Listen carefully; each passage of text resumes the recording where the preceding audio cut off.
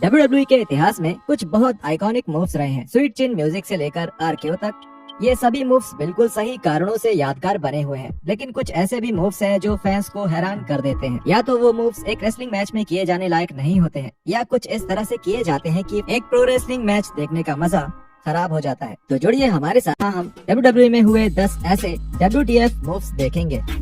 Brown Strowman and Ricochet hair brush attack. Strowman और Ricochet की जोड़ी कई बार टीवी और हाउस शोज पर दिखी है, लेकिन एक मैच ऐसा था जिससे सभी का ध्यान उनकी तरफ गया, और वो भी सभी गलत कारणों से। मार्च 2023 में दोनों रेसलर्स का मैच मैक्सिमम मेल मॉडल से हो रहा था। मैच के दौरान स्ट्रोमैन को मेल मॉडल्स की कंघी मिल गई थी, जिसका इस्तेमाल उन्होंने अपनी दाढ़ी को कॉम करने के लिए किया। जिसके बाद उन्होंने कुछ ऐसा किया जिसके बारे में किसी ने सोचा भी नहीं होगा। इस पूर्व WWE यूनिवर्सल चैंपियन ने उस हेयर ब्रश को एक टॉयलेट पेपर की तरह इस्तेमाल किया और फिर उसे रिंग में मौजूद रिकोशे की तरफ फेंक दिया, जिन्होंने उस हेयर ब्रश जो अब गंदी हो चुकी थी उसका इस्तेमाल मंसूर पर किया।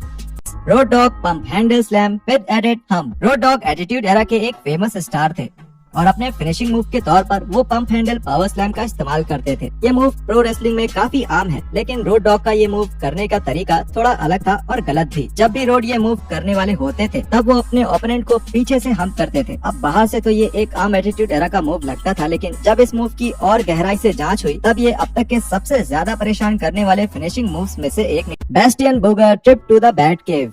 1993 की गर्मियों में WWE बेस्टियन बूगर के किरदार को सामने लाए और ये WWE के इतिहास के सबसे बुरे गिमिक में शामिल हुआ। ये सच में काफी बुरा था, क्योंकि बूगर का किरदार एक गंदा दिखने वाला रेसलर था जिसको खाना पसंद था। ये किरदार पूरी तरह से असफल रहा और फैंस का इस किरदार को नापसंद करने की एक वजह थी इसका फिनिशिंग मूव। इनके फिनिशर को trip to the bat cave के नाम से जाना जाता है, क्योंकि इसमें बूगर अपने ओपोनेंट के चेहरे के ऊपर बैठते थे और WWE की कमेंट्री टीम ने इसे और भी घटिया बना दिया था, क्योंकि मूव के दौरान वो अजीब चीजें बोलते थे, जैसे कि सोचिए वहाँ की बदबू के बारे में, जो बहुत अजीब बात थी।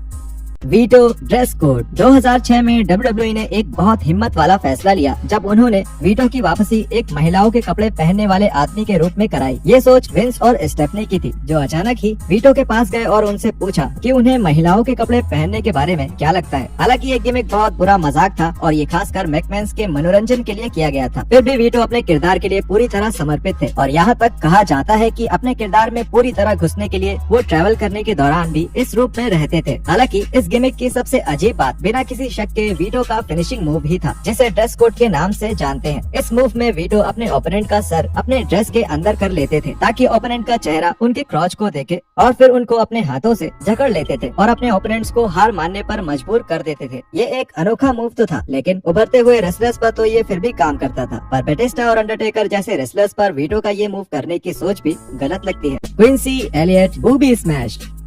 हाल ही के सालों में दिखे नए किरदारों में से क्विंसी एलियट एक मनोरंजक और खास किरदार हैं। एलियट के मैचेस की फुटेज अक्सर ही सोशल मीडिया पर वायरल होते हैं, क्योंकि वो कुछ ऐसे मूव्स करते हैं जो फैंस को बिल्कुल हैरान कर देते हैं।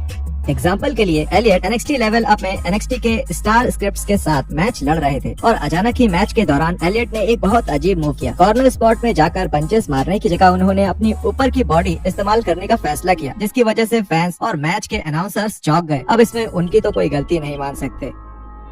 Eugene horseback ride. Ruthless aggression era में लाया गया ये यूजीन का किरदार काफी विवादित किरदार था। यूजीन के ज्यादातर मूव्स उनके पसंदीदा रेसलर से प्रेरित थे, जैसे कि द रॉक और स्टोन कोल्ड स्टीव ऑस्टिन। लेकिन उनका एक मूव था जो जाहिर है कि किसी भी WWE लेजेंड से प्रेरित नहीं था। अपने ज्यादातर मैचेस में यूजीन अपने ओपोनेंट के ऊपर चढ़ जाते थे और घोड़े की तरह उनकी सवारी करते थे, और अगर इतना भी काफी नहीं होता तो वो अपने ओपोनेंट को पीछे से मारते भी थे ताकि उनकी और बेइज्जती हो जाए। पहले तो ये काफी मजेदार लगा, लेकिन जब यूजिन इसे हर मैच में करने लगे तो इसका मजा खराब हो गया। किजारनी टालुला बेला। WWE ऐसे कई किरदार लेकर आई है जो आगे बढ़ने में नाकामयाब रहे हैं। किजारनी उनमें से ही एक है। ये बता पाना मुश्किल है कि उनका किरदार और रूप असल में क्या दिखाना चाहता था, लेकिन हमें एक ऑडियंस की तरह बताया गया था कि किजारनी किसी तरह के मेले से आए हैं और वो अपने किरदार को जेक द स्नेक रॉबर्ट्स और ड्वाइंग द क्लाउन के बीच का एक मेल बताते हैं, लेकिन इस बात से उनके कैरेक्टर में जरा भी दिलचस्पी नहीं आई। किजारनी का टीवी पर केवल एक ही सिंगल्स मैच हुआ है, जिसमें उन्होंने शायद सबसे कमजोर फिनिशिंग मूव दिखाया था।